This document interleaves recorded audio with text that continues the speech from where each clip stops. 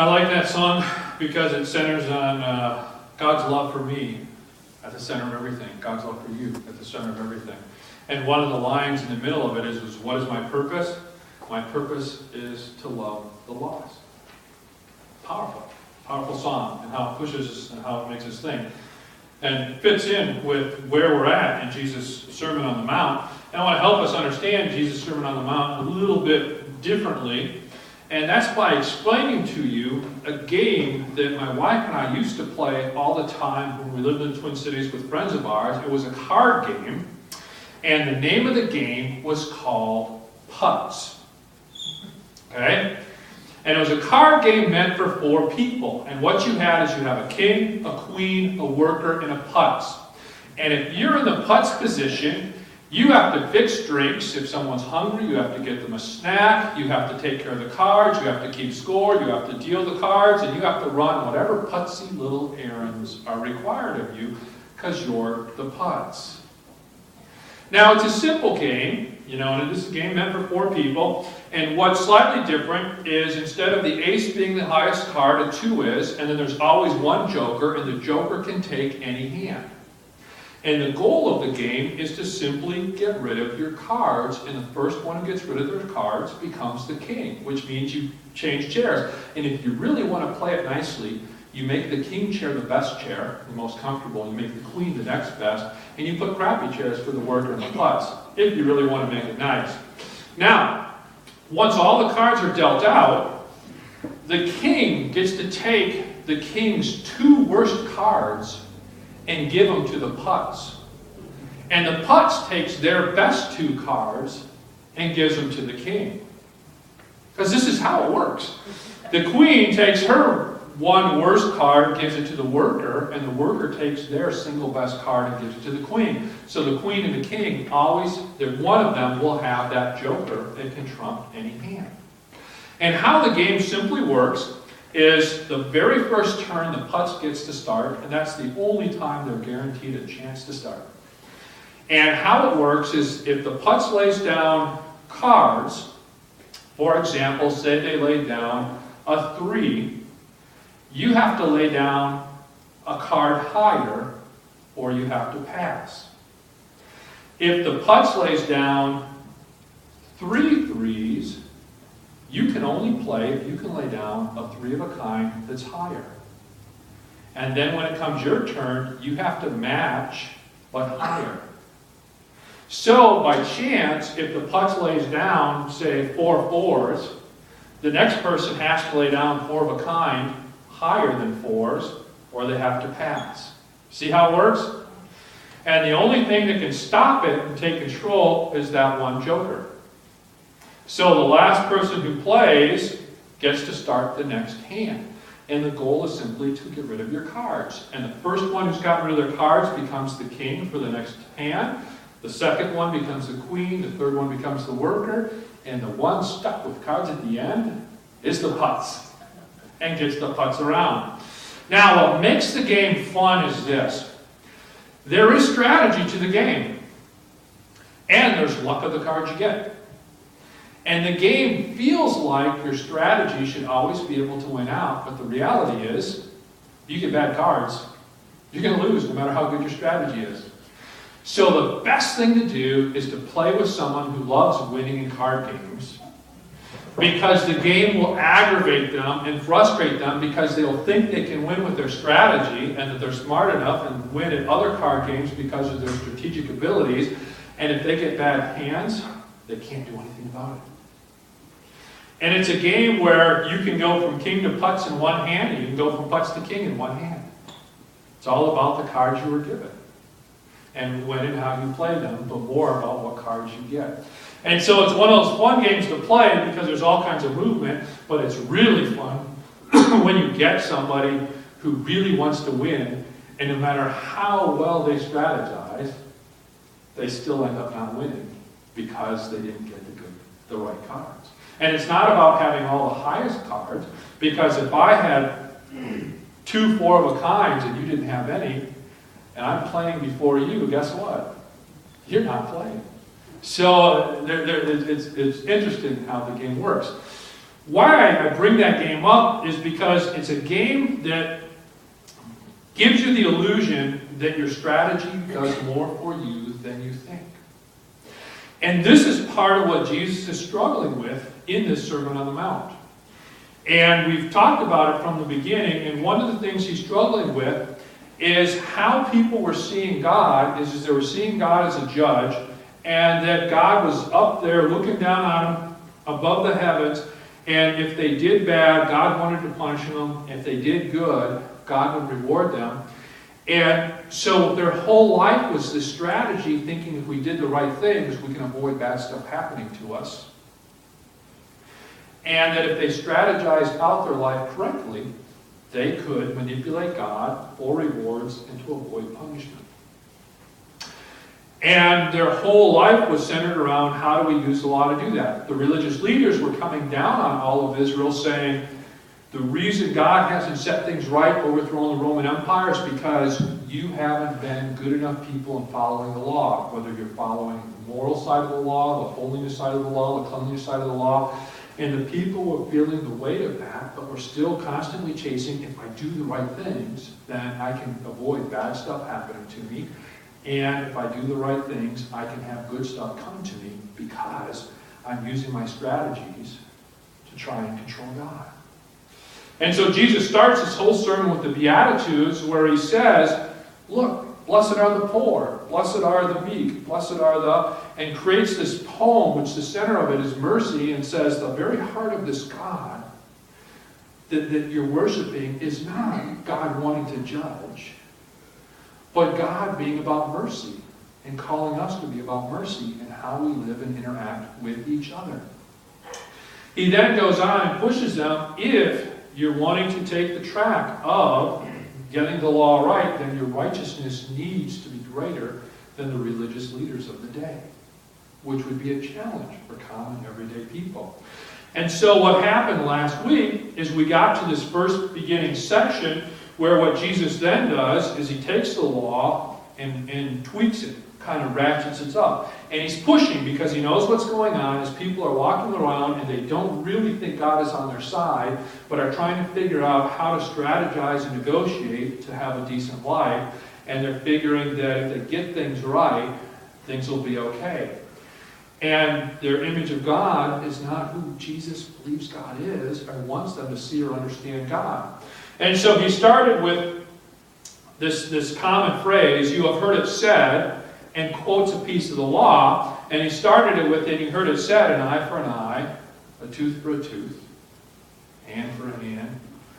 And he responded by saying, you know, if you think in terms of that justice, yeah, that's one thing. But if you really think that fulfilling the law is what you can do, then just getting angry at your brother and sister is the same as going to the point of killing someone. Takes it, ratchets it up, pushes it. Can you fulfill this? Just getting angry with a sibling and not doing something about your anger with a sibling is the same as killing someone. Bring down the same judgment. He then goes to the second one and he says, you've heard it said, thou shalt not commit adultery. I say to you, you just look at someone and think sexual thoughts, you've committed the adultery already. Takes the law about adultery, ratchets it up. And part of the tension he's playing with is part of how the religious establishment was working at the time was telling people how you can fulfill the law and still do the things you want to do that the law on the surface looks like it's supposed to. And we're all about tweaking so that, you know, so if I can lust after a woman all I want as long as I don't touch her, I'm not committing adultery. And Jesus is ratcheting it up, just the looking and thinking. Yes. He then went to the divorce one. You divorce your wife for any reason other than her being sexually unfaithful to you. Now you put her in the position of adultery, and if you have any relationship after that, you're an adulterer too. And again, remember, these are arranged marriages, so if you don't like your wife, that's not grounds for divorce. If she's not a good cook, not grounds for divorce. If she doesn't keep the house clean, not grounds for divorce. If she doesn't give you kids, not grounds for divorce. If she's ugly, not grounds for divorce. If she's not good in bed, not grounds for divorce.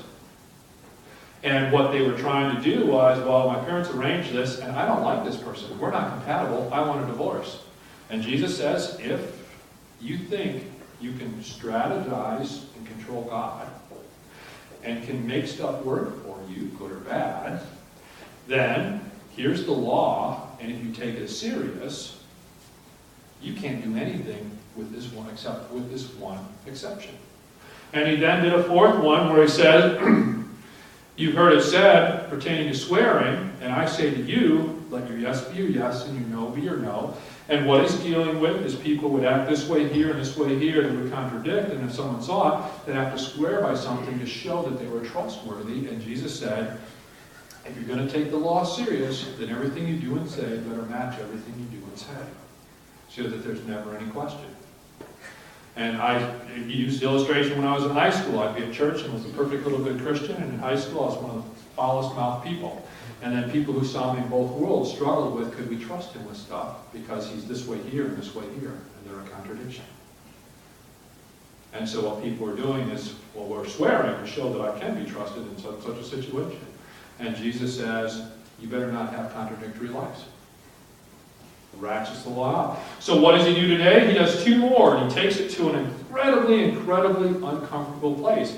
He says, you have heard that it was said, but actually, jump this one out of place. You have heard that it was said, an eye for an eye and a tooth for a tooth, but I say to you, do not resist an evildoer.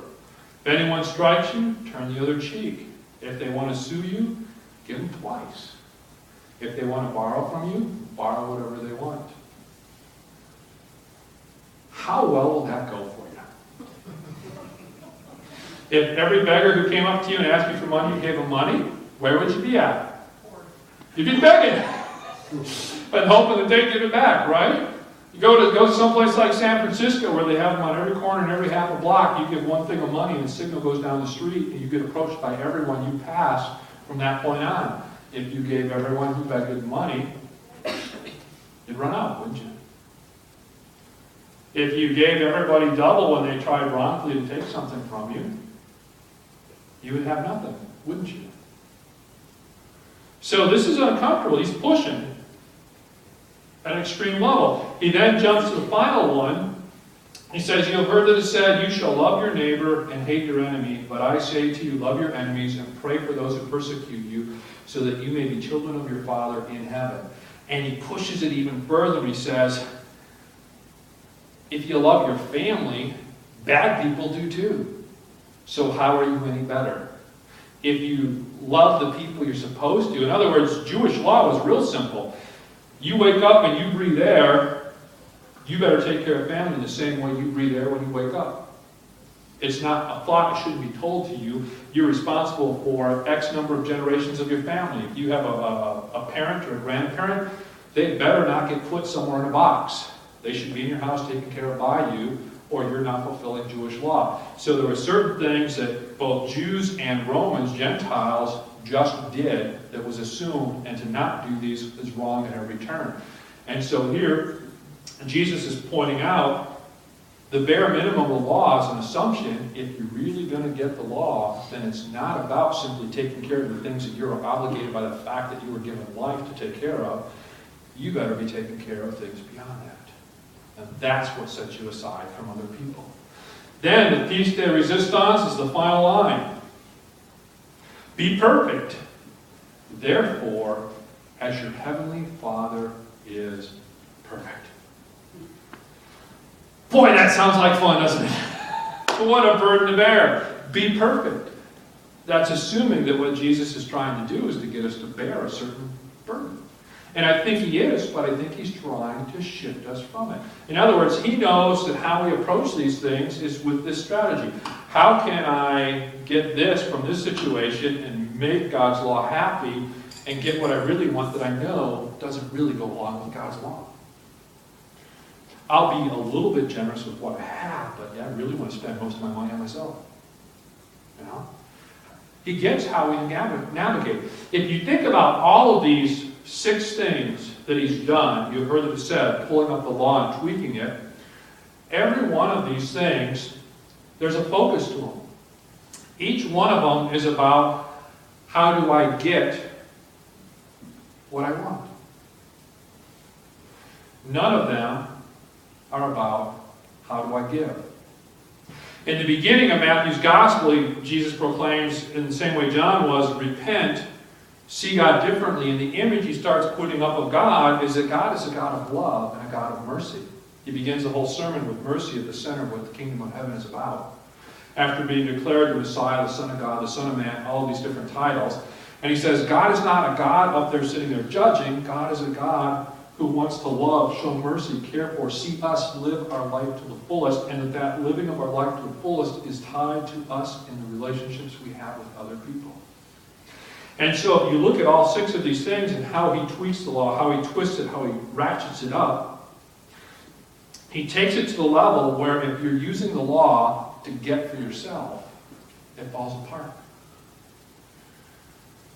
But if you get that how Jesus understands the law, and that what the law is here for is not to be something that controls your life, but frees you to give yourself to others, just as God gives himself to us, then what his tweakings are doing is his tweakings are pushing us to think about the people in our life. When he lifts up and says, even being angry at your sibling is sinful, and letting that anger sit, what is he doing? Is he saying you need to care for these primary relationships in your family and try and work on them? Give yourself to them. When he says the adultery, even the lusting it, he's saying you cannot objectify a person, turn them into an object, and see them as something you're using and trying to get for yourself. But instead, you keep them a person, show them respect, and see that they're a child of God, and have a very different relationship with them. Make sense? You see the shift he's doing? He goes on, divorce and adultery. Your spouse is there for you to give yourself to your spouse. And you don't try and navigate the marriage laws to get what you want out of it. You're in it to give. So he's powerfully twisting these. Swearing is about being authentic in how you relate to others. How are you giving yourself to others? Why would they even question your authenticity? Because that raises the question of, are you giving to others or using others to give? And then when he says about turning the other cheek, what is he really about? How do you think about the people in your life? Do you see that enemy as a child of God to be loved? You see the shift Jesus is doing? He's doing a couple of things. One is shifting our thinking that God gives to us God's love, just like the song said, that perfect love. And that love frees us to give ourselves to others. And if we don't get that we're loved, and then embrace that love, and see ourselves able to give, then we turn into strategizers who try and control and use God and other people. And Jesus is trying to get the people sitting there on that Sermon on the Mount to see that God is one who gives graciously so that they can reshape their life and be a people who give graciously in return. And he knows that the center of it is going to be his death and his resurrection. Again, Matthew is a Greek gospel. You take the whole thing and think through it. It's not written linear. It's written for you to read the whole thing and then start sorting through it and putting it all together. And knows that our faith in Jesus is what empowers us and sets us free to give ourselves to others. And so he's taking the law that they're trying to use to control God and get things from God and ratcheting it to the point where they can't do it.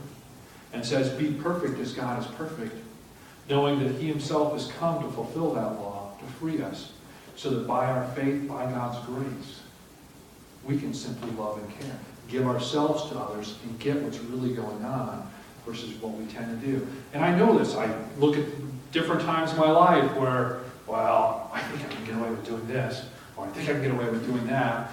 And it's always getting away with for me, and not, wait a second, maybe I could give to and for instead. And as Jesus is working through this first of the teachings, he's really, really, I think, trying to push us to radically see God's law differently.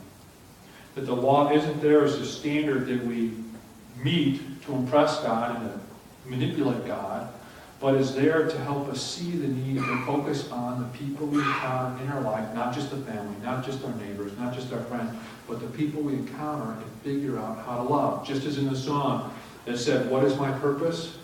To love the people who don't know God's love. That's powerful. That's simple. What is the challenge from this for us this week? To think through the places in our life where do we have broken relationships? How can we make amends in those relationships? Where we encounter someone and don't pay attention to see, maybe they need a positive word today. Maybe they need fresh baked cookies today. And seeing the moments and the opportunities that God places in this week where we can be about giving ourselves to someone else rather than focused on what can I get as I move through life. Let us pray. Gracious and loving